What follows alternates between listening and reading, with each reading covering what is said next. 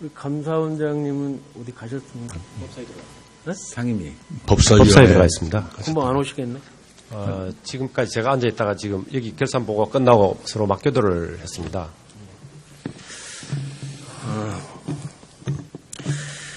제가 여기 작년에도 나와서 분명하게 얘기했는데 제가 전주에서 32년 만에 그리고 전라북도에서 20년 만에 당선되었습니다.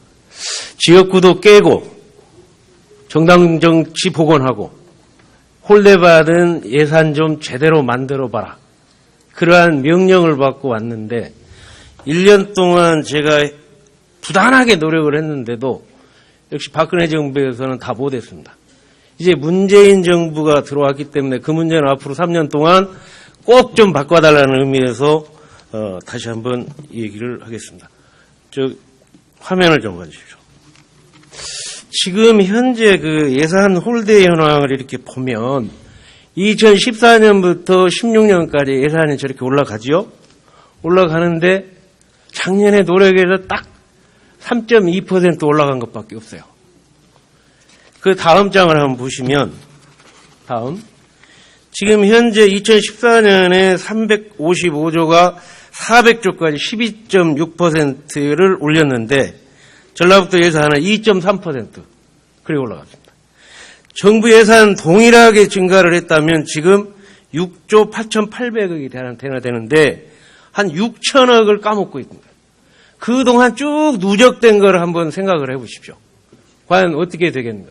그래서 제가 작년에 우리 감사원장에게 지역균형발전 예산에 대해서 검토해보라고 했는데 검토를 안 한 것 같아요. 오늘 특별회계에서 나온 얘기 중에 단 한마디도 없고 거기에 돈이 12조나 나오고 18개 특별회계에서 나온 예산에서 분명히 그 얘기를 좀 드리려고 그랬는데 서면으로 좀 답변 꼭 해주십시오. 네, 알겠습니다. 아마 저희들 감사원에서는 매년은 어렵지만 한 2, 3년마다 한 번씩 정도는 세출 예산이 어느 균형적으로 사용되고 있는지를 점검을 꼭 하고 있습니다. 그 주신 것은 서면으로 답변을 다시 드리겠습니다. 아니 그래서 이걸 어떻게 하면 지역 발전을 시킬 수 있는 균형 발전을 시키겠는가 해가지고 기재부에 계속 이렇게 내용을 분석을 해보니까 전번에 지역 발전 특별회계 이거가 좀 확대되면 되겠구나 해서 그걸 들여다보니까 다음 장 한번 보십시오. 지역발전 특별회계가 노무현 정권 때 생긴 겁니다. 그렇죠? 정말 지역발전 특별회계에서 지역 간 불균형 해소하고 균형 발전하고 자립형 지방화를 하자는 목적하에 저렇게 진행이 됐거든요. 그런데 노무현 정권에서는 4년, 5년 동안에 12%씩 쭉 올라가요. 올라가는데 그 뒤에 2009년부터 2017년까지 계속 연평균 예산은 4.4%로 올라가는데 이 지역발전 특별회계는 1%밖에 안 올라가. 돈 줄 게 있어야 주지요. 그래서 이번 우리 기획재정부 장관님 저거를 근본적으로 아마 지금 문재인 정권에서 하고 있는 것 같아요. 이걸 구체적으로 해서 지역발전 특별회계라는 게 유일하게 지역의 균형 발전시킬 수 있는 회계라고 저는 생각하거든요. 우리 총리님 어떻습니까? 예, 저도 지방행정을 했던 사람 입장에서 보면 지특회계가 많은 도움을 줍니다만은 지역별로 불균형을 하소연할 소지는 있을 수 있다고 생각합니다. 우리 김동연 장관님. 의원님 말씀하신 취지는 충분히 알겠고 또 일부 동의하고요. 예. 지특회계가 이제 14년도에 한 3조 6천억, 그러니까 그 중에서 이제 그 포괄보조금 얘기입니다. 전체 규모는 한 10조 되지만 포괄보조금 주고 있는 그 생활계정 같은 경우에 지금 14년도에 3조 한 6천억에서 최근에 한 5조 가까이까지 이제 늘어나서 사실은 이제 10조 중에서도 그 돈이 이제 지방에서 제일 원하는 돈이거든요. 그래서 재정당국에서 그 규모를 꾸준히 늘려왔다는 말씀을 드립니다. 다만 지금 말씀하신 것처럼 전체 재정 증가율하고 비교해 보면은 좀 낮다든지 하는 그런 측면에 대해서는 이제 그렇게 보시면 그런 시각도 있고요. 예를 들어 가지고 지금 교부금이나 교부세 같은 경우에 지금 내국세 40%가 지방으로 가고 있거든요. 그 돈은 지금 두 단위수 조 단위 돈이 지방으로 가고 있습니다. 그래서 이번 정부에서는 지금 그와 같은 지방 재정 조정 제도의 근본적인 개편을 지금 작업을 하고 있습니다. 그래서 그런 것까지 포함해서 의원님 말씀하신 그런 취지에 좀 잘 살릴 수 있도록 같이 검토를 좀 해보겠다는 말씀을 좀 드립니다. 좀 애절하게 얘기합니다. 정말 한번 해보세요. 그렇게 말만 하지 말고 그렇게 좋아요. 박근혜 정부에서 잘못한 거 문재인 정부에서 한번 제대로 해보세요. 저는 할 수 있다고 생각합니다. 지역균형 발전은 노무현 대통령 때부터 절실하게 얘기한 내용이고 좀 지금 벌써 특별하게도 12조가 돈이 남았다면서요. 거기에서 저 증가율 3조만 더 플러스 해보십시오. 그럼 얼마나 현장에서 지역균형 발전에 도움이 되겠는가? 저 비서실장님도 계시니까 제가 또 하나 팁 하나 드리겠습니다. 전번에 제가 총리님한테 정말로 일자리, 공무원 일자리, 한 명 일자리 만드는 건 30억 들어간다고 생각하자. 그러니까 이거를 해결하는 유일한 저는 대안이 하나 있어서 작년부터 계속 얘기를 했습니다. 일자리 세계화하자. 대한민국 얼마나 위대한 민족이냐. 일자리 세계화해서 청와대에 상황판 붙인 거 전 세계의 공간에다가 일자리 상황판 붙여서 전 세계로 우리 젊은 일자리를 만들어 보자. 자, 그거에 하나 질문하겠습니다. 고용노동부 장관님. 지금 저 K-무브센터 알고 계세요? 네. K-무브센터. 예, 잘 파악을 못 세계 하겠습니다. 일자리 만드는 K-무브센터를 지금 현재 어디에가 지원하고 있냐면 코트라에다 지원을 해서 네. 지금 현재 작년 대비 우리가 4,800명 정도 해외 취업이 됐고 그걸 그 K부부센터로 된 게 한 예, 예. 476명이 됐거든요. 네네. 이 돈 지원하는 게 불과 지금 39억 정도 지원하는데 제가 코트라 사장하고 계속 이 얘기를 해보니까 조금만 더 지원하면 굉장히 큰 효과가 있을 수 있대요. 어떻게 생각하십니까? 예, 이번에 업무보고를 받으면서 해외 취업에 대한 청년들이 굉장히 적극적인 의사를 보고를 받았습니다. 네. 의원님께서 지금 말씀하신 그 취지를 살려서 내년에 저희가 그 수요에 맞춰서 할 수 있는 방법을 찾아보도록 하겠습니다. 우리 산자부 장관님께 질문 하나 하겠습니다. 지금 산자부 장관님. 네. 우리 한국 대학하고 세계 대학하고 MOU를 맺고 창의 융합형 공학인재 양성 지원 사업을 하고 있거든요. 이것도 돈이 자꾸 줄어요. 제가 지금 세계 일자리 확대를 하는 데는 우리나라하고 해외하고 각 좋은 대학의 자매 결전 때는 MOU를 맺어가지고 거기에 공동 프로젝트로 지원을 해라.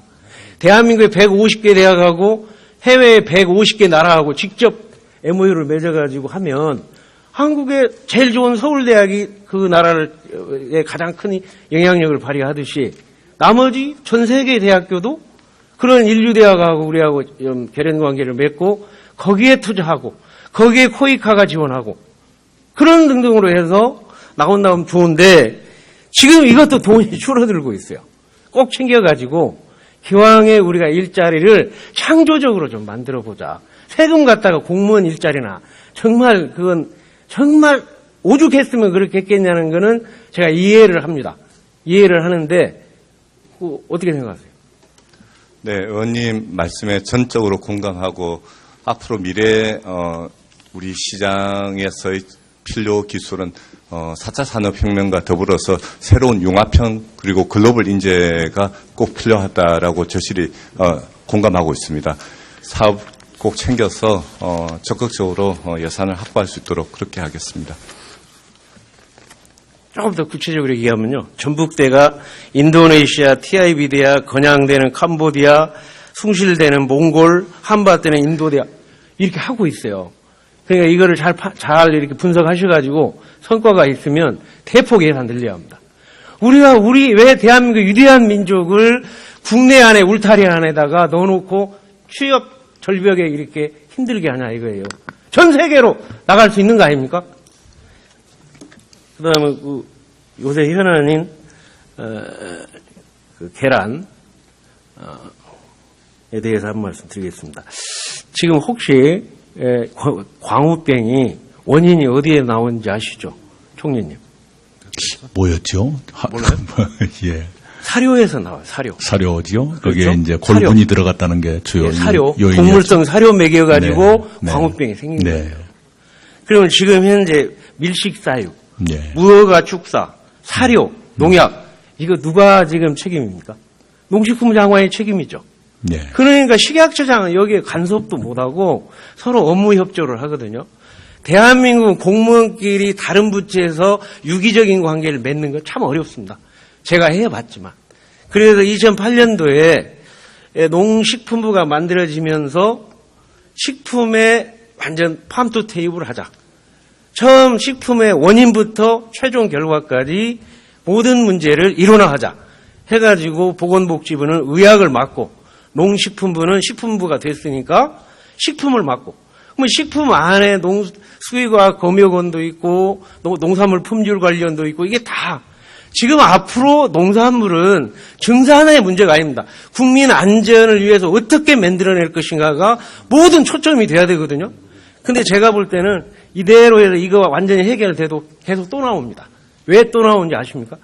지금 기후 환경이 변화가 돼서 온난화가 계속 되니까 우리가 예측치 못하는 병들이 많이 생길 수 있어요. 그 생길 수 있는 병들을 어떻게든 원인 해결을 해야 되는데 원인 해결을 못하면 또 이런 일이 벌어져요. 그러면 이제 또 식약처하고 농식품부하고 싸움이 일어나는 거예요. 그래서 이거를 근본적으로 양쪽이 갖고 국무총리실은 식품안전위원회를 만들어서 그렇게 나가야 책임과 권한이 분명해진다. 아까 총리님 2차 장기 계획 속에 계획을 세운다고 그래서 제가 그 말씀 드리는데 우리 농식품부 장관님 거기에 대해서 한번 답변해 보십시오. 제가 이번에 사태를 겪으면서 저도 느낀 점은 안전 문제가 대단히 중요한데요. 생산 단계에서부터 안전 문제가 철저히 관리되지 않으면은 그 다음 단계에서는 상당히 어려움이 많습니다. 그래서 이번에 식품의약처하고 저희하고 공조치를 갖췄지만은 식품의약처에서도 유통 가공 단계에서는 상당히 어려움을 겪을 수밖에 없는 겁니다. 그래서 생산 단계가 오히려 더 중요하다. 그런 측면은 생산 단계 안전 관리를 어떻게 할 것이냐 하는 측면에서는 우리 의원님 말씀도 유념해 보겠습니다. 저기 보건복지부 장관님 어디 계세요? 한 말씀 해주십시오. 거기에 대해서. 식약처를 말씀하시는 건가요? 아니면 예. 그 식품 일원화에 대해서 어떻게 생각하시냐고요. 그럼 보건복지부는 의약을 담당하니까 한번 여쭤보는 겁니다. 예, 좀 의학은 식품 의학 좀 넘어가 있습니다. 근데 저를 지명을 하셔서 저를 지명을 하신 게 맞는 것인지 다시 여쭤보고 싶습니다. 계속 검토 한번 해보세요. 네, 의원님 저도 좀 예, 한번 답변을 드릴까요? 현재는 농산물의 생산은 농식품부가 관장하고 유통은 식약처가 관장을 하고 있습니다만은 국회에서도 그 문제를 과거에 논의한 결과 산업의 진흥을 담당하는 것이 안전의 점검을 겸하면 견제의 논리가 무력화될 수 있다 하는 그것 때문에 분립을 시킨 것으로 알고 있습니다.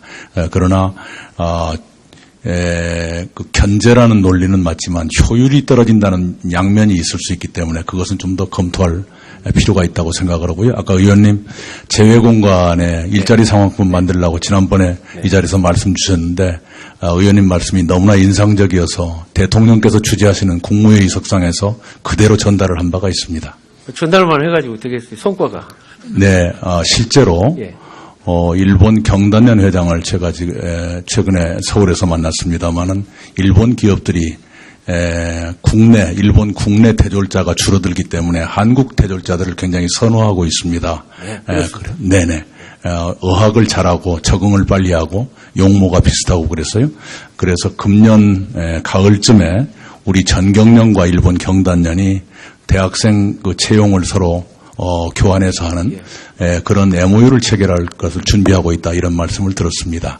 다만 최근의 보도에 따르면 우리 청년들 중에 일부는 해외 취업을 위해서 국내 국적을 포기하는 사람까지 있다고 그래서 굉장히 착잡하고 마치 지자식을 잘 건사하지 못해서 남의 집에 키우는 그런 부모의 심정이 되는 것 같은 그런 생각도 들었습니다. 제가 작년에 구마모토 지사 지진 때문에 가서 만났더니 그분이 그래요. 우리 구마모토 발전을 위해서 일본어 통역 잘하는 사람이 필요하다. 그래서 제가 그런 생각을 했죠. 일본 대사가 전 지역의 지사들한테 얘기하고 또 우리나라에 얼마나 많은 대기업들이 지사망이 있고 코트라가 있고 또 우리는 15%의 교민이 있습니다. 750만 명이 전 세계에 깔려 있지 않습니까? 그분들하고 네트워킹하면 우리의 그 철벽 같은 취업 문제를 많이 해소할 수 있다. 그러면 그쪽이 그렇게 나가면 우리 경제에도 큰 기여가 되지 않겠습니까? 네, 실제로 우리가 짐작했던 것보다 더 많은 청년들이 해외 취업을 모색하고 있는 것 같고요. 큰 신문들도 뭐 외국 기업에 취직하는 법 이런 기사를 쓰고 할 정도면 그 수요가 꽤 늘어나고 있는 걸로 보입니다. 제가 아이디어를 들었으니까 전북 예산 확실하게 좀 여러분들이 챙겨주시고 저는 끝까지 그걸 지켜볼 테니까 지역발전 특별회계 우리 이걸 챙겨볼 테니까 거기에 대해 마지막 답변. 네, 하여튼 말씀하신 취지대로 잘 살펴보겠고요. 특히 아예 좀 제도적으로 이 지방 재정 제도를 개선해서 좀 지방의 실질적인 도움이 갈 수 있는 그런 것도 같이 좀 보도록 하겠습니다.